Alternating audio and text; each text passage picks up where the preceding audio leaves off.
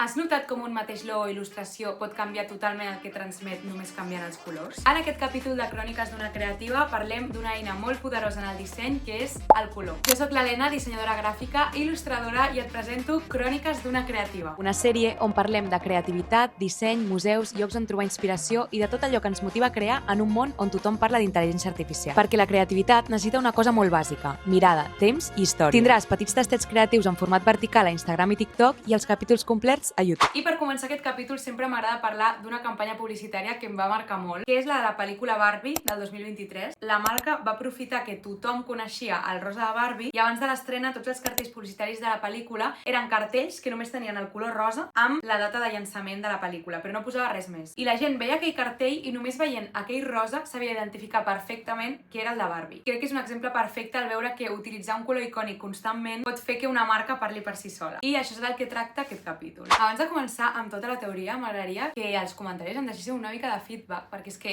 no sé si hauria de fer aquesta sèrie més tipus teòrica, que és com l'estic fent ara, si fos una classe de disseny, o també parlant de la meva vida. És que realment no sé què fer. A mi m'encanta fer vídeos en general, tant de la meva vida com teòrics, llavors a mi m'és igual. Però clar, és que per exemple, avui estava pensant, m'encanta aquest jersei que porto, m'agradaria parlar sobre aquest jersei, però com que estic fent una sèrie teòrica, no puc dir, i en veritat, és el meu canal. Veieu aquest jersei? És que m'encanta. Crec que mai he tingut una peça de roba que m'identifiqui tant. Ho vaig veure, és de l'Urban Outfitters, que jo mai he comprat a l'Urban Outfitters perquè és supercar. El vaig veure i vaig dir, soy. I aquest és un capítol que em fa especial il·lusió perquè, no sé si ho haureu notat, però a mi m'encanta el color. Crec que mi mayor miedo és tenir com una casa d'aquesta, tipus la de les Kardashians, no la de la Kendall. Tota blanca, minimalista, amb gerros blancs, parets blanques, o sigui, jo crec que això és mi mayor miedo. Ho he dit molts cops, jo quan tingui una casa pròpia pintaré cada paret d'un color i m'és igual. De fet, fa uns dies vaig anar amb una amiga a un taller de ceràmica a pintar una tassa, que us deixaré un vídeo per aquí perquè encara no he anat a buscar la tassa, i la gent agafava dos colors, jo vaig fer servir tots els colors que hi havia possibles. Comencem amb el capítol de el color en el disseny gràfic. I és que moltes vegades tendim a pensar que el color és només decoració que fa que un disseny sigui més bonic. Però, en realitat, el color és una eina de comunicació molt potent. Cada color transmet emocions i missatges i moltes vegades sense que ens n'adonem. I com a dissenyadora gràfica, si ho fas bé, pots influir en com la gent percep el teu disseny o producte. Però per entendre tot això millor cal conèixer tres conceptes molt importants: el to, la saturació i la lluminositat. El to és el color en si mateix, blau, groc, vermell. La saturació ens diu com d'intens és un color. Per exemple, un vermell molt viu, molt intens, transmet energia, mentre que un vermell apagat és molt més seriós. I la lluminositat indica si el color és més clar o més fosc. I òbviament això també aplica a la percepció emocional, ja que per exemple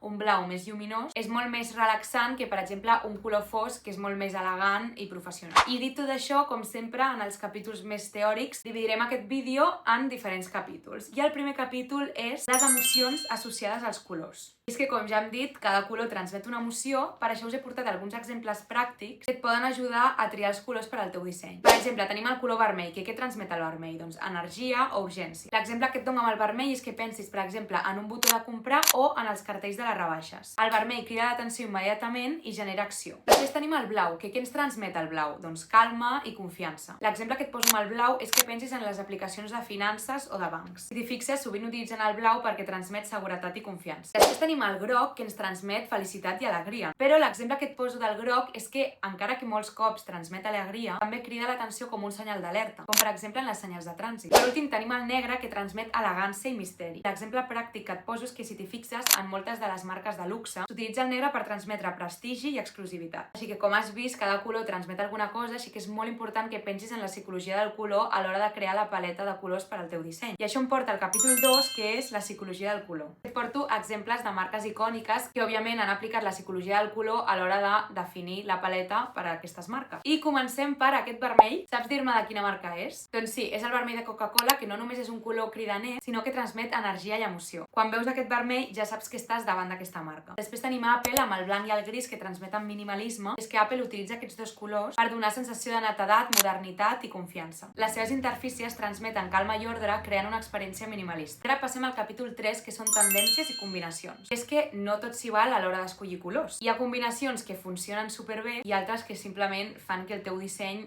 sigui confús o descoordinat. Així que ara veurem els 3 tipus de combinacions que els dissenyadors utilitzem i com pots aplicar-les per transmetre millor el teu missatge. La primera són les combinacions complementàries. Les combinacions complementàries són aquells colors que estan oposats a la roda de colors. Per exemple, el blau i el taronja, el vermell i el verd i el groc i el violet. Aquest contrast és perfecte per destacar elements importants com botons d'acció o textos destacats. La segona són les combinacions anàlogues. Aquestes combinacions són colors que estan al costat de l'altre a la roda de colors. Creen harmonia visual sense generar massa contrast i són perfectes per exemple, fonts o il·lustracions o infografies on vols transmetre una sensació suau i agradable. La tercera són les combinacions triàdiques. Són combinacions que utilitzen 3 colors separats de manera equidistant a la roda. Això crea una paleta equilibrada però viva. I és molt útil quan vols que un disseny tingui personalitat i energia sense ser caòtic. Però bueno, no sé si com a dissenyadora gràfica t'hauria de dir això, però penso que molts cops el disseny gràfic té com moltes regles establertes, té uns principis que òbviament s'han de seguir, però a vegades jo crec que amb les paletes de colors s'ha d'arriscar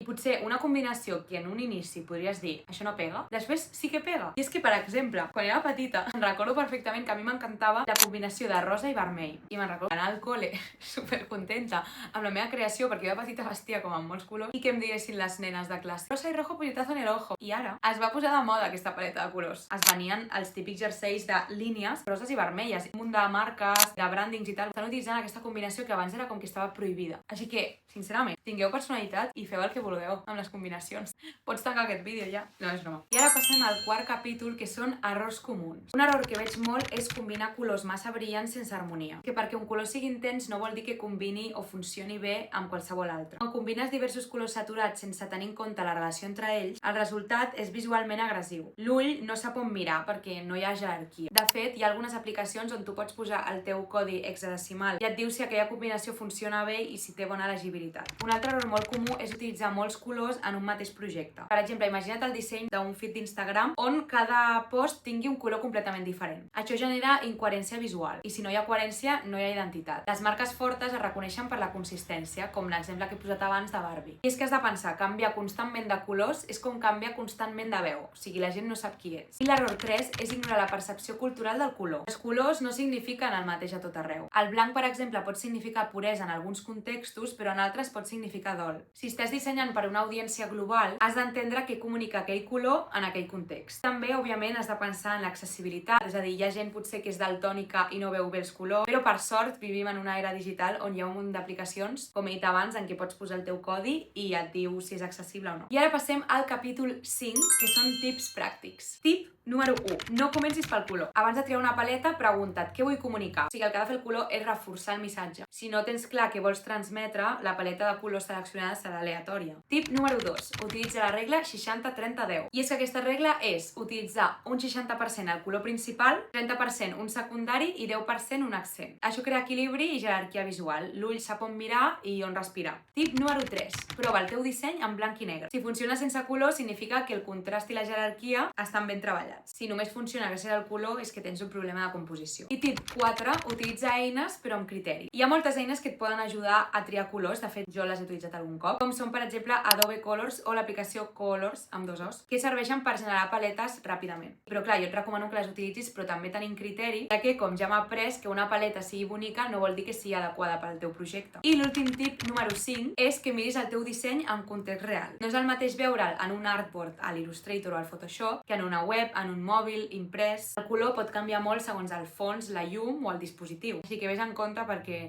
a mi m'ha passat més d'un cop d'anar a imprimir i dir, això no era així. Recordeu, ser make-up per imprimir, RGB per pantalles. I doncs fins aquí aquest capítol de Cròniques d'una creativa. Espero que t'hagi agradat. A mi és que el color és una cosa que em fascina, ja us ho he dit. Ja sabeu que això és una sèrie, així que agrairia molt que si t'ha agradat aquest vídeo li donis un like, et subscriguis al canal perquè et segueixin sortint els altres capítols de la sèrie i em segueixis a les xarxes socials on també faig contingut molt creatiu. Així que bueno, espero que t'hagi agradat i ens veiem en el pròxim. Adeu!